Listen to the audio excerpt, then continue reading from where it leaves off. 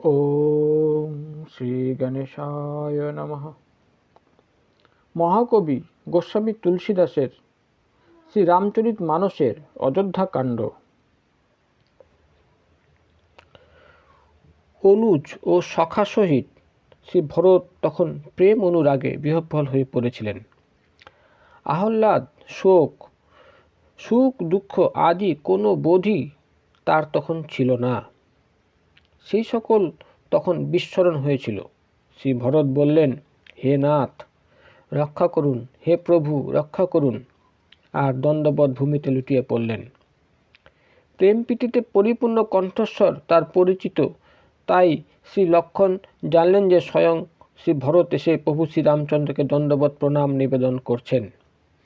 তিনি তখন শ্রীরামচন্দ্রের দিকে মুখ করেছিলেন, আর শ্রী ভরত এসেছিলেন তার পিছন দিক দিয়ে, তাই তিনি দেখতে পাননি।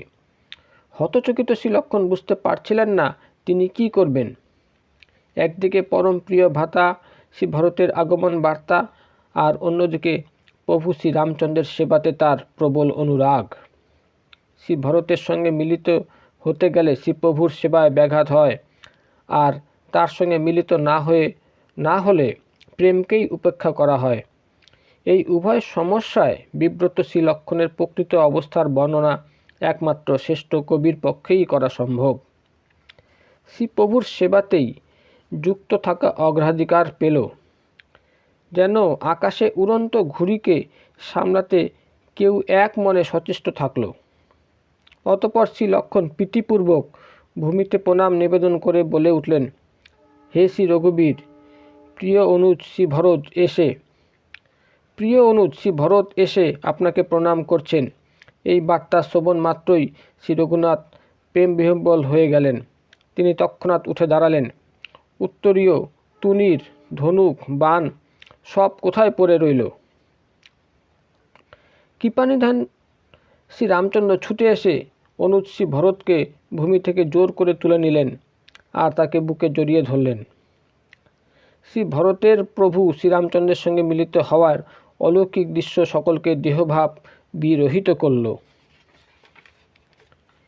সেই মিলন প্রীতি বর্ণনাতীত ছিল, তা তো কায় মানো বাক্যে শ্রেষ্ঠ কবিরও অগম্য।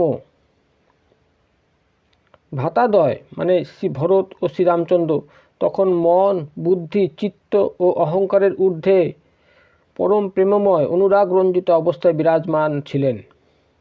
কেমন করে সেই মিলনের প্রীতির কথা বলি? কবি সকলের বুদ্ধি কোন ছায়ায় অনুসরণ করবে? তাদের প্রকৃত শক্তি তো অক্ষর ও অর্থে সীমাবদ্ধ। নৃত্যশিল্পী তো উত্তম তাল অনুসরণ করেই নৃত্য করে থাকে। শ্রী ভরত ও শ্রীরামচন্দ্রের প্রেম দৈবভাবযুক্ত ও অগম্য ছিল।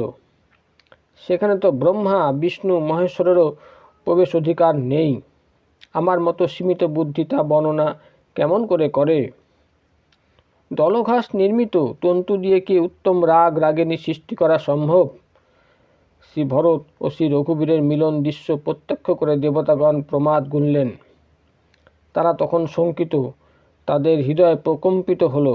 দেবগুরু যখন তাদের আশ্বস্ত করলেন, তখন তারা ভীতি পরিহার করে মিলনের প্রশংসা করে পুষ্পবৃষ্টি করলেন।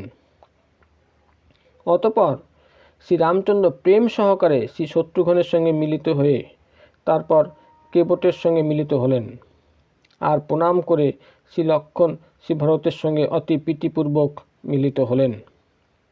অতঃপর শ্রী লক্ষ্মণ প্রবল উৎসাহে অনুজ শ্রী শত্রুঘ্নের সঙ্গে মিলিত হলেন। অতঃপর তিনি নিষাদ রাজকে আলিঙ্গন করলেন। এইবার শ্রী ভরত ও শ্রী শত্রুঘ্ন ভ্রাতাযুগল উপস্থিত মুনিদের প্রণাম করলেন, আর আকাঙ্ক্ষিত আশীর্বাদ লাভ করে ধন্য হলেন। এইবার অনুজ শ্রী শত্রুঘ্নকে নিয়ে শ্রী ভরত পরম প্রীতি সহকারে সীতাদেবীর পাদ পদ্মরজ মস্তকে ধারণ করে বারে বারে প্রণাম করলেন।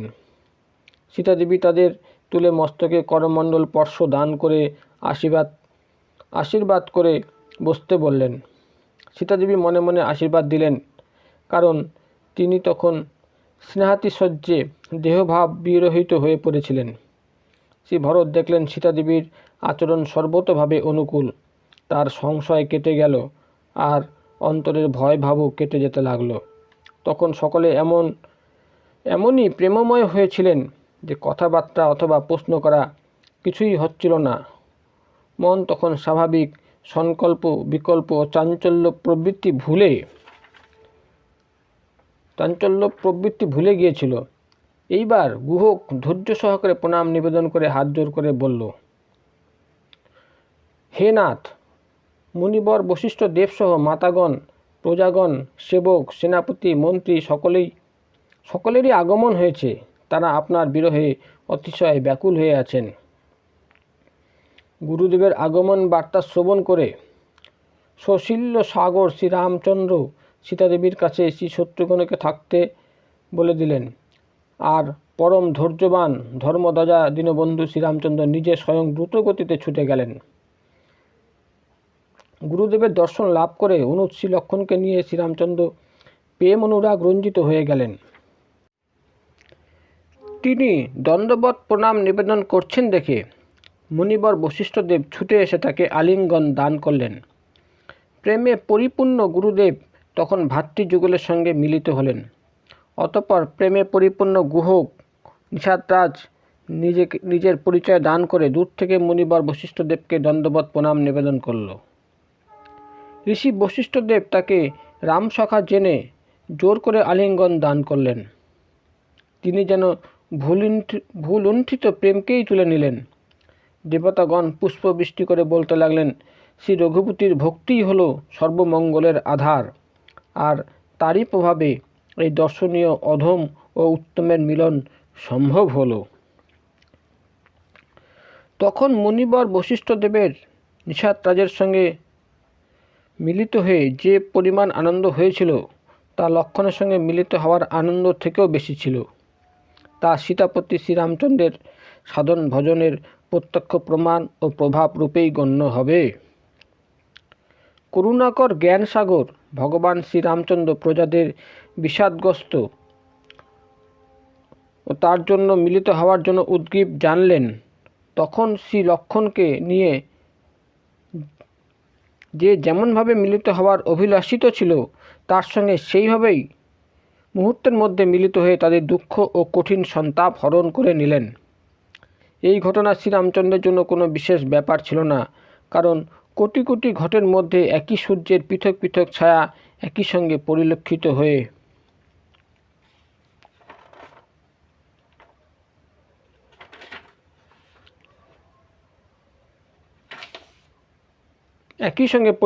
হয়ে থাকে। অযোধ্যাবাসীগণ তখন প্রেমে পরিপূর্ণ অবস্থায় নিষাদরাজের সঙ্গে মিলিত হলেন। সকলেই গুহকের ভাগ্যের প্রশংসায় পঞ্চমুখ হল। শ্রীরামচন্দ্র দেখলেন যে মাতাগণ অতিশয় বিষাদগ্রস্ত, যেন বৃক্ষলতার সারিতে হিমঝড় আঘাত করেছে। সর্বপ্রথম প্রভু শ্রীরামচন্দ্র কৈকেয়ী মাতার সঙ্গে মিলিত হয়ে তার সরল স্বভাব ও ভক্তিতে তাকে শান্ত করলেন। অতঃপর তিনি মাতার চরণ ধারণ করে কাল, কর্ম ও বিধাতার উপর দোষারোপ করে তাকে সান্ত্বনা দিলেন। অতঃপর শ্রী রঘুনাথ তখন অন্যান্য মাতাদের কাছে গেলেন। তিনি সকলকে বোঝালেন আর সন্তুষ্ট করেও বললেন, হে মাতা, জগৎ ঈশ্বরাধীন, কাউকে দোষ দেওয়া ঠিক নয়।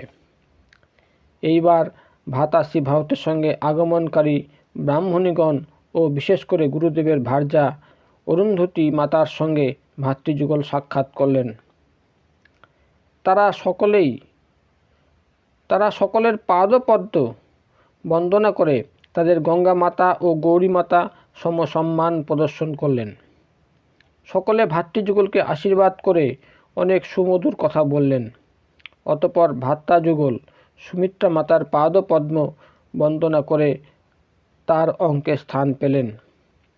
যেন কোনো অতিশয় দরিদ্র বিশাল সম্পত্তি লাভ করে বিহ্বল হয়ে পড়েছে।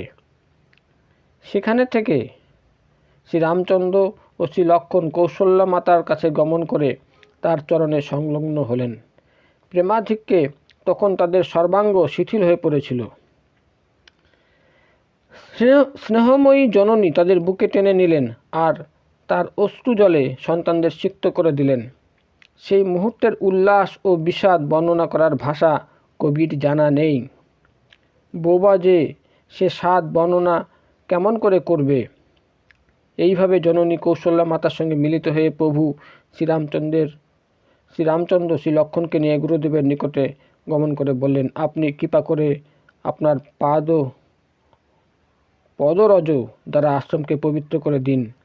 প্রজাগণ তখন মুনিবর বশিষ্ঠদেবের অনুমতি লাভ করে ভূমি ও জলের সুবিধা দেখে নেমে পড়ল।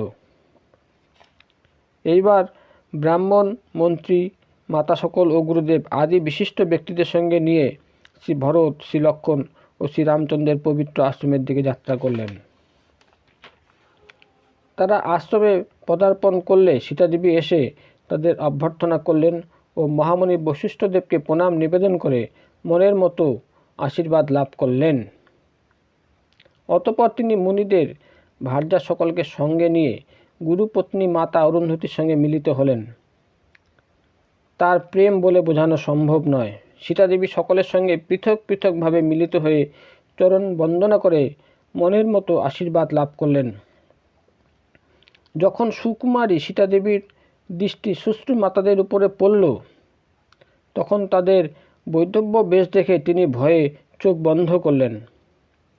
শ্বশ্রু মাতাদের করুণ অবস্থা প্রত্যক্ষ করে তার মনে হলো যে রাজহংসী সকল ঘাতকের হাতে পড়েছেন। তিনি মনে মনে ভাবছেন, হে বিধাতা, দুঃসময়ে এ কী করেছেন। শ্বশ্রু মাতাগণ সীতাদেবীকে দেখে অতিশয় দুঃখিত হলেন। তখন তারা ভাবছেন, দৈব নির্দিষ্ট সবই তো সহ্য না করে উপায় নেই। এইবার সীতাদেবী অবিচল চিত্তে তার নীল কমল নয়নে অশ্রু ধারণ করে শ্বশ্রু মাতাদের সঙ্গে গিয়ে মিলিত হলেন। আশ্রমে করুণ রস তখন আধিপত্য বিস্তার করে বসল। সীতাদেবী একে একে শ্বশ্রু মাতাদের পদ সংলগ্ন হয়ে পরম প্রীতি সহকারে মিলিত হলেন।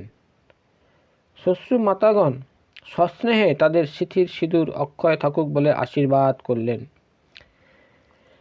রানীগণ তখন সীতাদেবীর স্নেহে বিহ্বল হয়েছিলেন।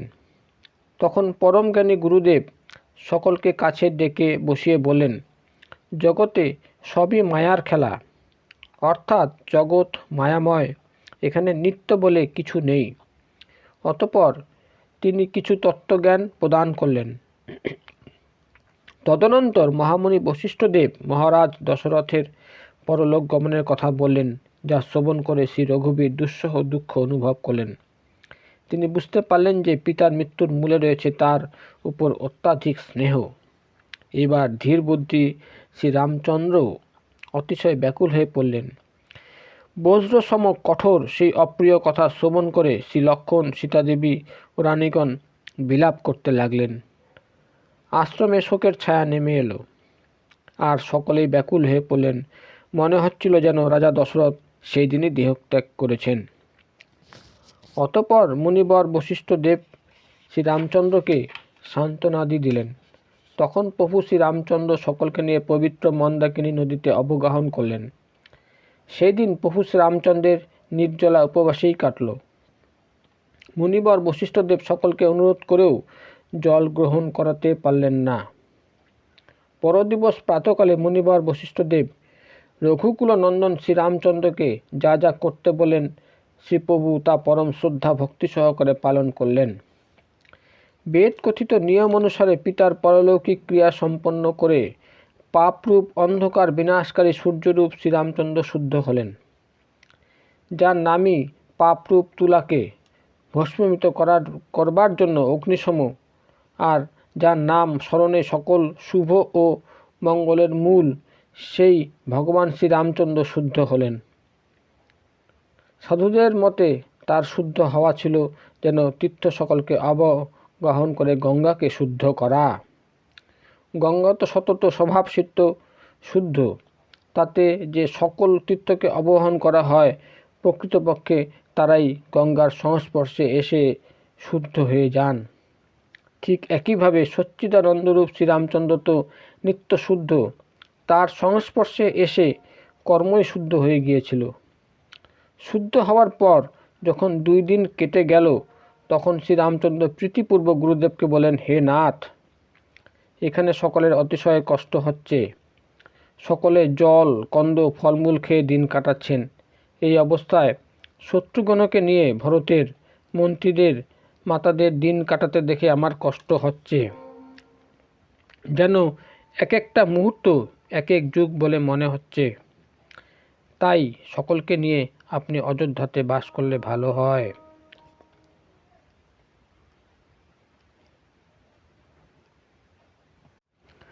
আপনারা সকলে এইখানে, আর মহারাজ অমরাবতীতে স্বর্গে আছেন। অযোধ্যা তাই অরক্ষিত। আমি বহু প্রাসঙ্গিক কথা বলে ফেললাম, তা আমার ধৃষ্টতা জেনে ক্ষমা করে দেবেন। হে গুরুদেব, যা ভালো মনে হয় আপনি তাই করুন। বশিষ্ঠদেব বলেন, হে রামচন্দ্র, ধর্মসেতু তুমি তো করুণাকর, এমন কথা তুমি বলবে না তো কে বলবে? সকলেই সন্তপ্ত, তারা না হয় 2 দিন তোমার দর্শন লাভ করে শান্তি লাভ করুন। শ্রীরামচন্দ্রের কথায় সকলে শঙ্কিত হয়ে গিয়েছিলেন। মাঝ সমুদ্রে যেন জাহাজ বিকল হয়ে টলমল করে উঠেছিল। অবশ্য গুরু বশিষ্ঠদেবের পরম কল্যাণময় কথা শ্রবণ করে সকলে স্বস্তি অনুভব করলেন, যেন জাহাজের জন্য অনুকূল বায়ু অনুভূত হলো। সকলে সেই পবিত্র পয়স্বনীতে ত্রিসন্ধ্যা স্নান করতে থাকলেন, যার দর্শনে পাপপুঞ্জের বিনাশ হয়ে যায়। আর মঙ্গলবার শ্রীরামচন্দ্রকে দণ্ডবত প্রণাম করে 2 চোখ ভরে দেখে জন্ম সার্থক করতে লাগলেন। সকলেই শ্রীরামচন্দ্রের পর্বত ও বনরাজি দর্শন করেন, যেখানে দুঃখ নেই, কেবল সুখ বর্তমান। নির্ঝরিণী অমৃতসম জলপ্রবাহ দ্বারা সকলের মনোরঞ্জন করে যায়। আর শীতল, মন্দ ও সুগন্ধযুক্ত 3 রকমের বায়ু প্রবাহ সকলের ত্রিতাপ, আদি ভৌতিক, আদি দৈবিক ও আধ্যাত্মিক সন্তাপ হরণ করে সকলকে সুখের অনুভূতি প্রদান করে। বৃক্ষ লতা গুল্মরাজির এক অতি বিশাল সমাহার, আর সেইখানে পত্র, পুষ্প ও ফলের অপরূপ সম্ভার। প্রস্তর শিলা সকল যেন সৌন্দর্যের প্রতীক। বৃক্ষ সকল উত্তম ছায়া দান করে সুখ দান করতে সদা উন্মুখ। অরণ্যের সৌন্দর্য প্রকৃতপক্ষে বর্ণনা করা সম্ভব নয়। সরোবরে সবরূহ সম্ভার, জলচর পক্ষীগণের কূজনে ও ভ্রমরের গুঞ্জরণের স্থান মনোরম হয়ে আছে। নানা বর্ণের পশু পাখি অরণ্যের মধ্যে হিংসা ভুলে একসঙ্গে বিহার করছে। অরণ্যচারী কোল, ভিল, কিরাতগণ পবিত্র ও সুন্দর অমৃতসম উপাদেয় মধু ও অঙ্কুরসহ কন্দ, ফুল, মূল, পাতায় ঠোঙ্গায় সকলকে প্রণাম নিবেদন করে সবিনয়ে বিতরণ করছিল। নিবেদন করবার সময়ে নাম, স্বাদ, গুণাগুণ আদিও তারা বলে দিচ্ছিল। শহর জীবনে অভ্যস্ত জনগণ সেই সব বস্তুর জন্য দাম দিতে উদ্যত হলে অরণ্যবাসী সহজ সরল ব্যক্তিগণ বলল যে তারা দাম চায় না, তারা তো শ্রীরামচন্দ্রের সেবা করতে পেরেই কৃতার্থ। প্রেম প্রীতিতে পরিপূর্ণ সেই সহজ সরল বনবাসীগণও সবিনয়ে বলল, সজ্জন তো প্রীতিরই সম্মান করে থাকেন, অর্থাৎ আপনারা তো সজ্জন বলেই আমরা জানি।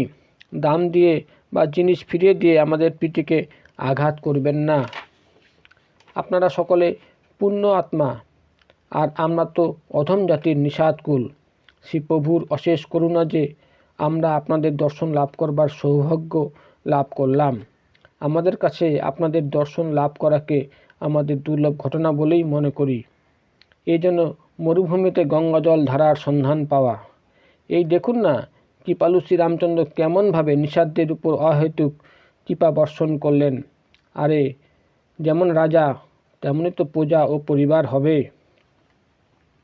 আমাদের একান্ত অনুরোধ যে আপনারা এই তুচ্ছ বস্তু সকল গ্রহণ করতে সংকোচ বোধ করবেন না। তাতে আমাদের প্রীতি আপনাদের স্বীকৃতি পাবে।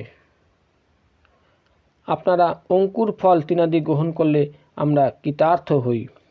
আপনারা সম্মানিত অতিথিরূপে অরণ্যে পদার্পণ করেছেন। আপনাদের সেবা করবার সৌভাগ্য নিয়ে আমরা জন্মগ্রহণ করিনি। হে প্রভু, আমাদের আর কি আছে যা আপনাদের আমরা দেব? কিরাতের বন্ধুত্ব যে ইন্ধন ও পত্রের মধ্যেই সীমাবদ্ধ। আপনাদের বাসন আমরা চুরি করছি না, তাই তো আমাদের মহৎ সেবা বলে জানবেন। জড় প্রকৃতির জীব আমরা জীব হিংসায় সতত যুক্ত থাকি। বস্তুত আমরা কুটিল, কদাচারী, দুর্মতি ও অধম সম্প্রদায়যুক্ত। আমাদের পাপ আচরণে দিবারাত্র কাটে, তবুও আমাদের কোটিতে বস্ত্র জোটে না, ক্ষুধার অন্নও জোটে না। ধর্মবুদ্ধি আমাদের মধ্যে যে স্বপ্নেও অসম্ভব। এখন যা কিছু দেখেছেন সবই শ্রী রঘুনন্দনের দর্শন লাভের ফল বলে জানবেন। শ্রীপ্রভুর পাদপদ্ম দর্শন করেই আমাদের দুঃসহ দুঃখ ও দোষের নিরসন হয়েছে।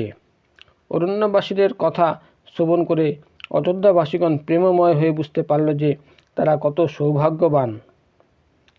সকলেই প্রেমময় হয়ে নিজ সৌভাগ্যের কথা বলতে লাগলো। তাদের কথোপকথন ও ব্যবহার আর শ্রী সীতারামচরণের প্রীতি দেখে সকলে মুগ্ধ হয়ে গেল। সে অরণ্যবাসী কোল ভিলদের প্রেমময় কথা শ্রবণ করে নরনারী নির্বিশেষে সকলে বুঝল যে তাদের নিজেদের প্রেম তুলনায় কত তুচ্ছ। মনে মনে তারা নিজেদের ধিক্কার করতে লাগলো। শ্রী তুলসীদাস বলেন, রঘুবংশমণি শ্রী রামচন্দ্রের কৃপায় যেন লোহা নৌকাকে তুলে নিয়ে জলের উপর ভেসে গেল।